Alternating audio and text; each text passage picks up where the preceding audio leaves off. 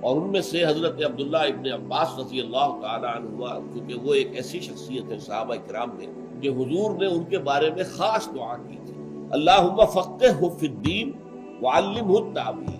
اے اللہ، کیونکہ چچا زاد بھائی تھے حضرت عباس، حضور کے چچا تھے، ان کے بیٹے ہیں عبداللہ ابن عباس، تو بڑے محبت کے ساتھ دعا کی، نوجوان تھے کہ اللہ اس نوجوان کو اپنے دین کا فہم عطا کر، تفقہ، فہم، گہرا فہم، اور اسے قرآن کی تعویل اور تفسیر تقریباً ہم وزن الفاظ ہیں، قرآن کی تفسیر اور تعویل کا علم عطا کر۔ یہی وجہ ہے کہ صحابہ کرام میں حضرت عبداللہ ابن عباس جو ہے تفسیری روایات جو آتی ہیں، ان کے جو شاگرد ہیں مجاہد، اکرمہ وغیرہ، وہ سب سے زیادہ جو ہے تفسیری روایات آپ کو ملے گی ان سے۔ تو یہ حبر الامہ کہلاتے ہیں۔ حبر کہتے ہیں بہت بڑا عالم، اس کی جمع ہے احبار، اتخذوا احبارہم ورہبانہم اربابا من دون اللہ۔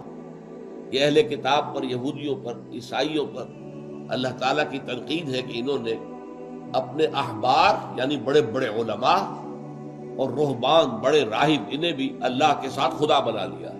تو یہ جو ہے اسی سے یہ لفظ بنا، حبر، حبر سے ہے احبار، حبر کہتے ہیں بہت بڑا عالم، حبر الامہ۔ قرآن مجید کی تفسیر کے علم سے سب سے بڑھ کر واقف عبداللہ ابن عباس۔